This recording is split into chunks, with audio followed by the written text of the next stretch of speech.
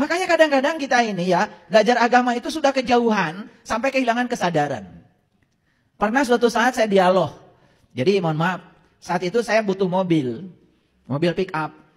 Nah kebetulan yang punya mobil pick up itu ya seseorang. Dan saya tahu kalau beliau ini rajin sekali ngasih ceramah agama, macam-macam lah gitu. Nah dalam perjalanan mau ngambil bunga itu ke Cideng, terjadi dialog saya dengan beliau. Dialognya kok tiba-tiba cerita hadis kursi, ayat kursi. Kan di ayat kursi itu kan kita sudah hafal semua ya. Auzubillahi minasyaitonirrajim. Bismillahirrahmanirrahim. Allahu la ilaha illa huwal hayyul qayyum la ta'khudhuhu sinnatu wala naum.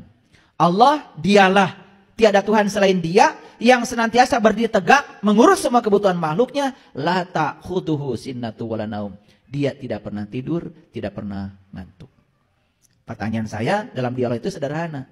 Siapa dalam diri kita yang gak pernah tidur, gak pernah ngantuk? Bingung gitu. Dia aja sambil nyetir. Ya karena saya takut nyetirnya jadi bawa saya lagi. Udah saya bilang jangan dipikirin. Kejauhan ternyata pertanyaan saya. Tadinya saya cuma mau sharing aja.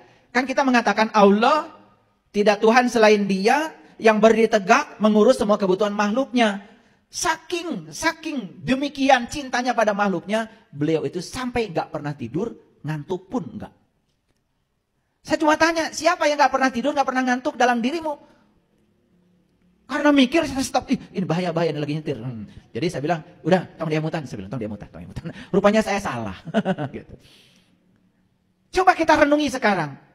Ketika tidur, mata kita tertidur, telinga kita tertidur, mulut kita tertidur. Bahkan pikiran kita tertidur, semuanya lupa. Tangan kita tertidur, kaki kita. Satu-satunya yang gak pernah tidur adalah nafas. Sedangkan Allah mengatakan, aku gak pernah tidur, gak pernah ngantuk. Kan sederhana. Siapa yang gak pernah tidur, gak pernah ngantuk pada dirimu? Kan nafas. Jadi kalau gitu siapa nafas itu? Kalau bukan Dia. Masih mencari kemana-mana. Padahal kita setiap hari bernafas.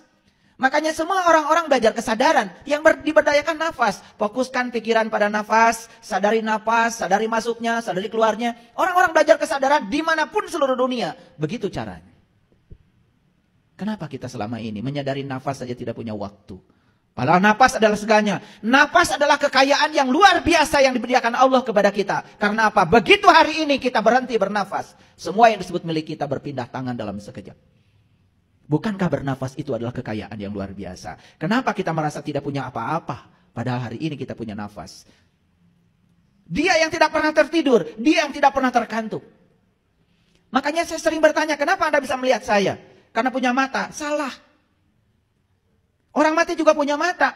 Tidak bisa melihat. Orang mati punya telinga, tidak bisa mendengar. Orang mati punya mulut, tidak bisa mengunyah. Jadi sebetulnya yang menyebabkan semua kita bisa melihat, mendengar, mengunyah, dan merasakan semua jenis makanan. Bukankah nafas kita? Sesederhana itu aja kita gak kenal. Jadi apa nafas itu? Nafas itu bukti keberadaan Dia sang hidup pada diri kita. Bukti keberadaan Allah pada diri kita.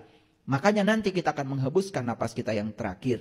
Itu yang disebut dengan kematian. Jadi mati itu cuma menghembuskan napas yang terakhir. Kemana? Ya ke sini. Kemana lagi? Kita ngambil napas dari sini, kita juga mengembalikan napas ke sini. Cuma itu saja kok. Bahkan sekarang kita pun tidak sadar kalau kita sekarang sedang mengalami hidup mati. Ketika napas masuk, hidup. Napas keluar mati. Napas masuk, hidup. Napas keluar mati. Cuman frekuensinya terlalu cepat, kita seakan-akan merasa terus-menerus hidup. Padahal kita sekarang sedang mengalami hidup mati. Bicara rahasia napas saja mungkin baru dengar hari ini ya.